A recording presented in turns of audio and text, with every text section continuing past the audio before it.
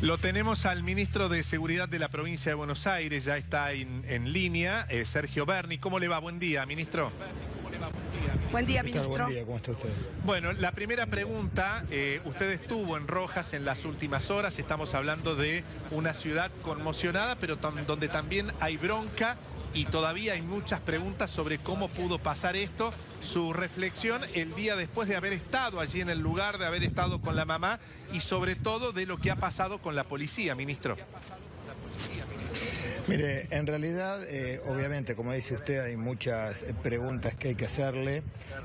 Lo que sí, yo estoy muy convencido, la Argentina es un país que en materia de femicidios tiene las legislaciones prácticamente junto a España y a Bélgica de las más avanzadas en el mundo. Sin embargo, los resultados no son los esperados. ¿Y por qué no son los esperados? Porque nosotros hemos investigado a través del análisis forense psiquiátrico, por sobre todas las cosas, del femicida, y hemos entendido que la metodología que se aplica en la Argentina no es la correcta, que el botón antipánico, que la medida perimetral son definiciones que se toman permanentemente para estos casos y que son totalmente contradictorias y que además son desafiantes para el femicida. No se olvide que cuando hablamos de un femicida estamos hablando de una persona que obviamente no tiene su pensar de la manera normal. Claro. Y es un transgresor por excelencia, por definición, un femicida, y por lo tanto todas aquellas medidas de restricción que se ponen en muchos de los casos son contraproducentes. Pero bueno, esto es un estudio que venimos realizando con el doctor De Rosa, que es uno de los más prestigiosos psiquiatras forenses, que hemos armado un instituto de investigación porque estamos totalmente convencidos que la problemática es por ahí. Después todos ¿Ministro? Los hechos de lo que ha ocurrido ha sido totalmente público. Obviamente concurrí a ver a la madre porque además soy padre y sé por el estado desesperante por la cual está apareciendo y ninguno de nosotros quisiéramos estar ahí. Es totalmente comprensible, y nuestro acompañamiento y por sobre todas las cosas el abrazo de corazón de una familia que fue destrozada por veremos cuál es la cadena de responsabilidades en este caso. Eso le iba a preguntar justamente, ministro, ¿cómo puede ser que este asesino haya estado en las fuerzas policiales, teniendo en cuenta lo siguiente, ministro?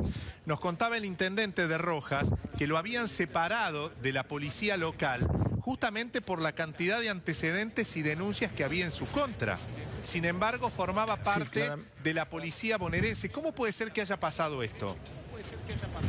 Bueno, obviamente estaba con una carpeta psiquiátrica. Usted sabe que hay una ley nacional laboral que también incide en el ámbito policial, y usted no puede echar a una persona que presenta un parte médico o que está en una situación psiquiátrica. Pero no le estoy hablando de la carpeta psiquiátrica, sino que... no estaba trabajando, estaba apartada, se le había sacado no solamente sus credenciales, sino también su arma, y a veces son las circunstancias por las cuales atraviesa una institución que tiene 90.000 hombres y que debería tener ministro, a veces un plantel psicológico psiquiátrico para tener un mayor control de la actividad de todas estas personas que están con un arma en la calle. No era el caso, vuelvo a repetir, no era el caso. Ahora, usted está hablando de el último tiempo, pero ¿chequearon si admitieron a este policía con causas judiciales previas? ¿Eso está chequeado? Porque lo habían echado de la policía local,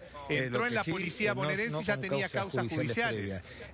La carpeta psiquiátrica, todo tiene, por lo que estamos averiguando, tiene su origen, porque además parece que tenía otros antecedentes anteriores y que habían pasado desapercibidos, así que estamos investigando. Ayer tuve una larga conversación con la madre y nos hemos comprometido a investigar largamente cuál fue el historial de este femicida que terminó con la vida de Úrsula.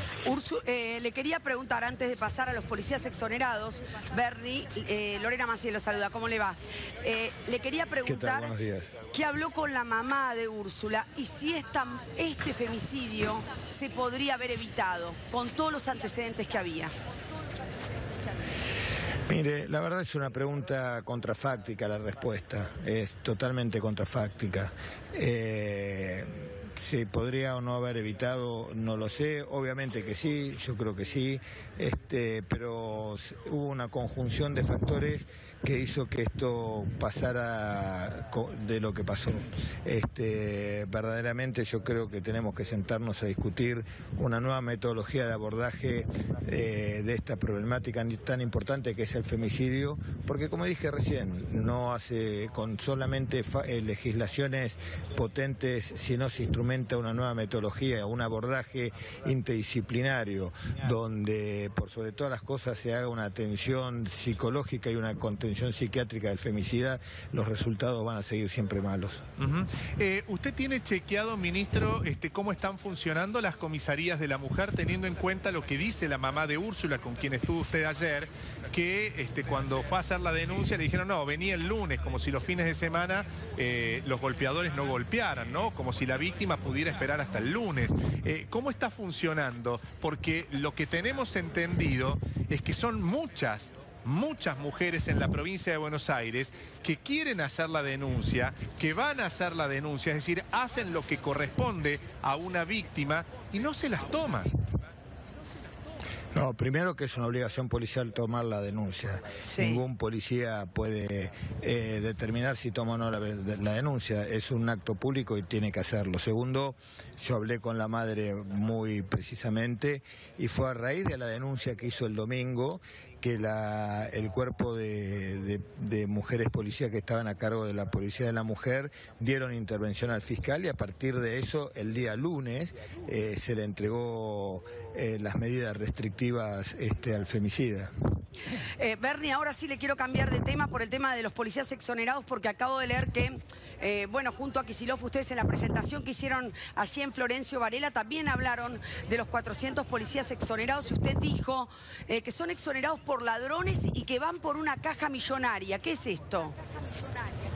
No, yo lo que dije es que aquellos que no lo dije con respecto a eso, yo lo que dije y fue muy claro, que hay una serie de agitadores de las redes sociales que incitan permanentemente a terceros a que pongan y desafíen permanentemente nuestra Constitución, nuestras leyes y los reglamentos policiales, y que el único sentido que tiene es generar una organización sindical que maneje una caja millonaria, y que la justicia ya se ha expedido de manera contundente a que nuestra legislación y nuestra reglamentación impide que eso suceda.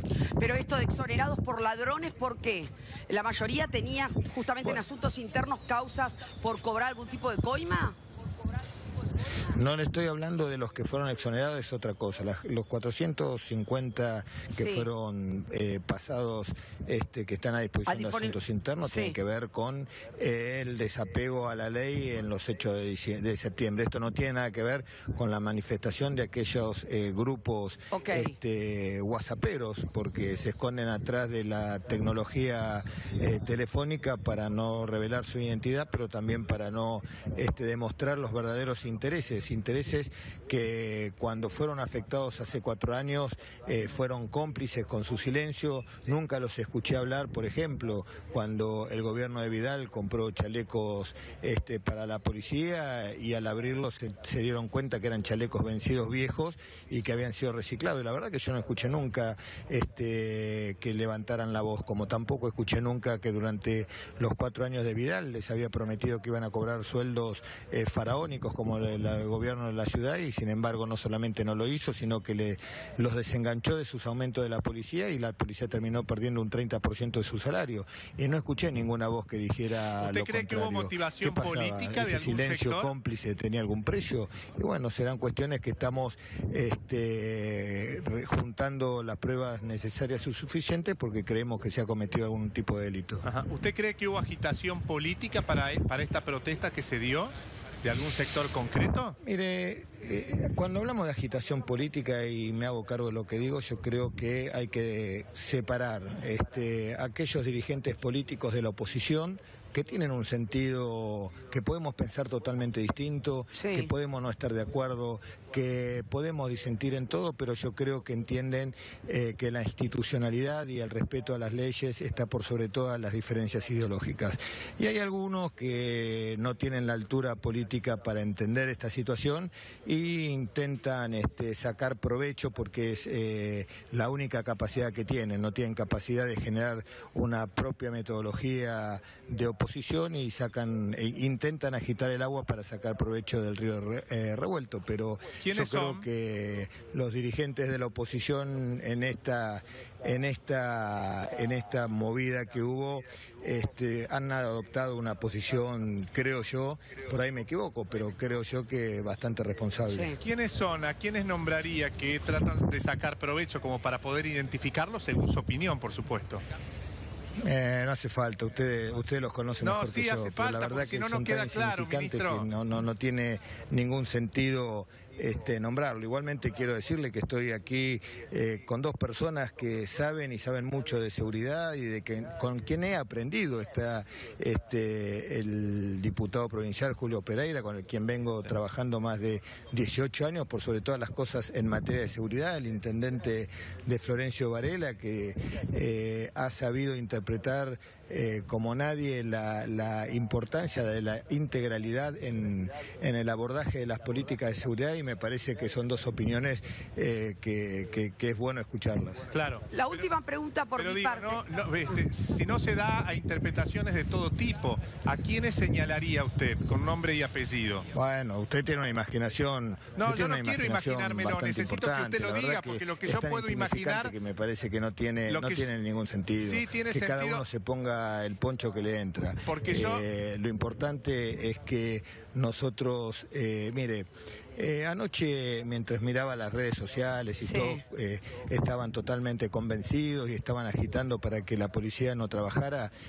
Dos oficiales, nosotros estábamos en La Plata deteniendo a los autores materiales, incautando la moto que se utilizó para asesinar al doctor Chanampa en La Plata. Mientras eso ocurría, dos oficiales nuestros de 3 y 5 años de antigüedad se enfrentaron con 5 delincuentes que iban armados con ametralladora, y a pesar de la inferioridad de condiciones que se encontraban, no solamente numéricas en materia humana, sino en armamento, su vocación de servicio fue tan grande que a pesar del enfrentamiento lograron reducirlo, herirlos, detenerlos. Uno estaba siendo buscado por un triple homicida, o sea que no eran nene de pecho, pero esa vocación policial terminó con una captura muy importante. Y bueno, y eso es lo que tenemos que resaltar, lo que hacen nuestros policías todos los días, esos policías que tienen vocación de servicio, esos policías que nacieron para esta profesión y que sabemos que están atravesando por un problema estructural que por primera vez un gobierno de la provincia de Buenos Aires pone todo el esfuerzo para revertirlo.